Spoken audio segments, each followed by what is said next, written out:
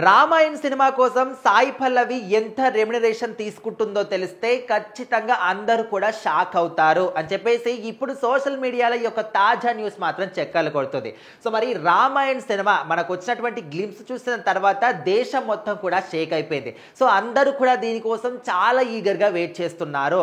So గతం నుంచి పాత రోజులు 90s 80s నుంచి కూడా చూసుకుంటే చాలా మంది హీరోలు, స్టార్ హీరోలు అందరూ కూడా రామాయణం గురించి ఎన్నో సినిమాలు చేశారు. ఎన్ని సినిమాలు వచ్చినా కూడా మళ్ళీ కొత్తగా మనం చూడడానికి ప్రయత్నం చేస్తూ ఉంటాము. కొత్త సినిమా తెరకెక్కిస్తున్నారు రామాయణ కథను ఆధారంగా చేసుకోరంటే అందరం కూడా చూడడానికి చాలా ఇంట్రెస్ట్ చూపిస్తాం.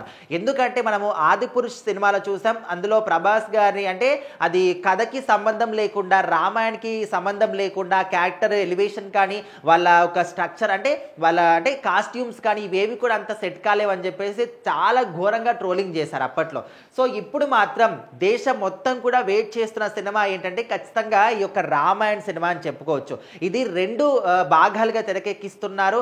ఫస్ట్ భాగం అయితే 900 కోట్లు, అదేవిధంగా సెకండ్ భాగం అయితే 700 కోట్లతోని సినిమాని తెరకెక్కిస్తున్నారు. ఓవరాల్గా రామాయణ స్టోరీని 1600 కోట్ల బడ్జెట్ తోని తెరకెక్కిస్తూ ఉన్నారు. సో మరి ఈ సినిమాలో రాముడిగా రణబీర్ కపూర్ బాలీవుడ్ సైడ్ నుంచి, సీతగా మన సాయి పల్లవి క్యారెక్టర్, అదేవిధంగా ఇక్కడ కాజల్ గారు మండోదరి క్యారెక్టర్ చేస్తున్నారు. అండ్ యష్ గారు రావణాసురుడి క్యారెక్టర్, సన్నీ డియోల్ హనుమంతుని క్యారెక్టర్.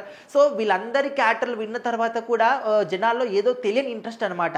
అరే వీళ్ళందరూ ఇంత మంచి క్యారెక్టర్లు నటిస్తూ ఉన్నారా అని చెప్పేసి. సో ఖచ్చితంగా సినిమా ఎప్పుడు వస్తుంది, ఎప్పుడు చూద్దామని అయితే వెయిట్ చేస్తూ ఉన్నారు. సో మరి ముఖ్యంగా ఇప్పుడు తాజాగా గుసగుసలాడుతున్నటువంటి న్యూస్ ఏంటంటే సాయి పల్లవి సీత క్యారెక్టర్కి ఈ రామాయణ సినిమాలు నటిస్తున్నందుకు ఎంత రెమ్యునరేషన్ తీసుకున్నారు అని తెలిస్తే షాక్ అవుతారని చెప్పేసి. సో మరి తను ఖచ్చితంగా తను చేసిన సినిమాలన్నీ కూడా మంచి ఇంపాక్ట్ తీసుకురావడం ముఖ్యంగా అందరికీ తెలిసిందే.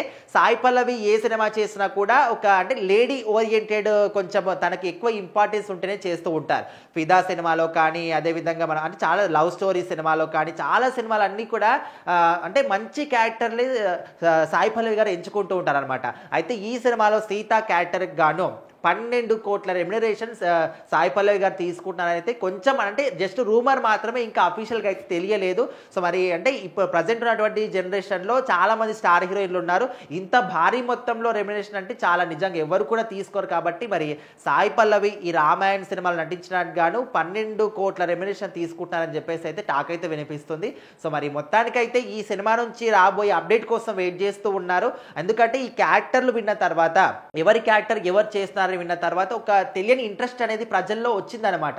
సో మొత్తంగా రామాయణ సినిమా ఎవరు చేసినా కూడా ఇంకా కొత్త ఉత్సాహంతో వెయిట్ చేస్తూ ఉంటారు. కాబట్టి చూడాలి మరి ఈ సినిమా నుంచి ఇంకా ఎలాంటి అప్డేట్స్ వస్తాయి ఏంటి అని.